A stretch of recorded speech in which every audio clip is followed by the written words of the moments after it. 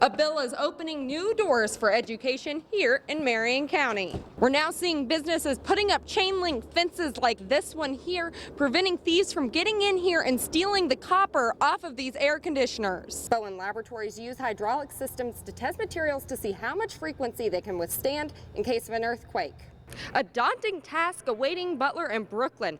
4 games in 4 days. But the Dogs can rest assured that they'll still be in the big dance. A Hoosier touched by tragedy at home is now on her way to Boston to help those in need. It's so cold out here that look at this. This dirt's actually frozen solid. Valentine's Day is just around the corner and florists here are already starting to put together bouquets for the big day. As the investigation continues in Boston, Hoosiers can expect to see heavy security at upcoming events like Race for the Cure and the Mini Marathon. The little boy was walking along this sidewalk right here, still in his neighborhood, but he didn't have on shoes or a coat. Police say the attacker was hiding behind these shrubs right here when he jumped out and robbed Smith at knife point. It's just a simple prick, and that's going to keep you from spending a few days in bed with the flu. In one of the stalls is a sheep and her baby's dead. I know in a couple other places they said there were bodies stacked upon bodies. More than 75 animals are now reported dead after police began investigating this farm last night. 30 animals are still alive, but malnourished and dehydrated. They were sucking up the water quicker than they could get it into the buckets. Animals might not have been the only thing living in the barns behind me. Police say the Alts themselves could have been living in there. There was actually human feces in 5-gallon buckets, allegedly children living in those conditions, so CPS was here last night. We found the owner of the animals and the Madison County barn, Daniel Alt, at his butchery in Grant County.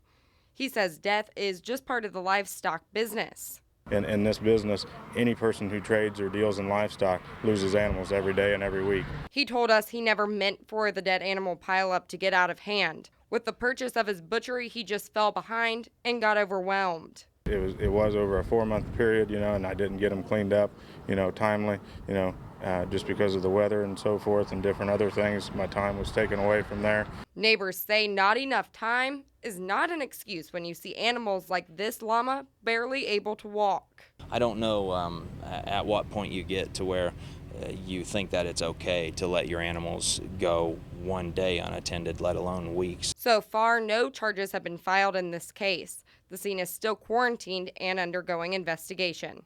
Reporting from Madison County, Randa Gore, Fox 59 News.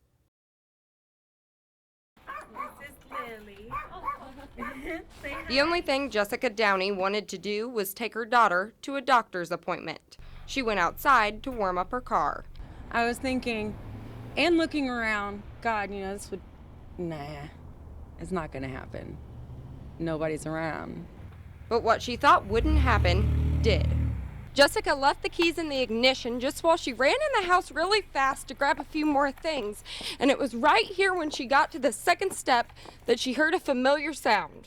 I just paused, like that was my door, and turned around, and lo and behold, they were taking off. She wants her 2001 4-door black Toyota Camry back. Detectives are investigating nearly a dozen cars that have been reported stolen the same way, leaving the key in the ignition while the car goes unattended. I'm very independent, and that guy took that from me. This 2004 Chevy Impala was stolen after the owner walked away, and in another neighborhood, another owner is missing his car.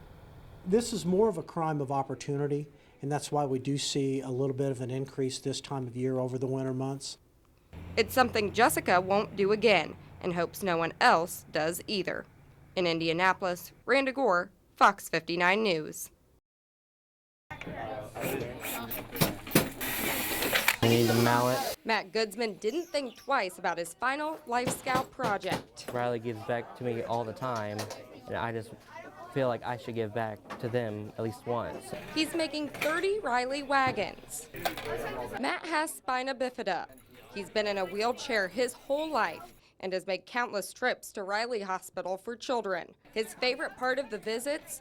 Always the signature red wagon ride. When I was 7, I was going for surgery, and I saw one of the wagons, and I told my dad I wanted to be in one of those, and he picked me up and laid me in one of those, and it was fun.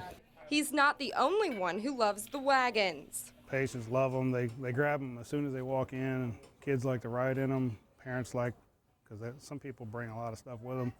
Car seats fit in them. You know, we have to. It's just an icon of Riley. And Matt's getting his whole troop involved. They'll finish making the wagons in the next couple of days. Matt's dad says being a part of Troop 104 has helped his son grow. From seeing him as a first grader in Scouts, trying to do things, and he's one that would always want to know how to do it.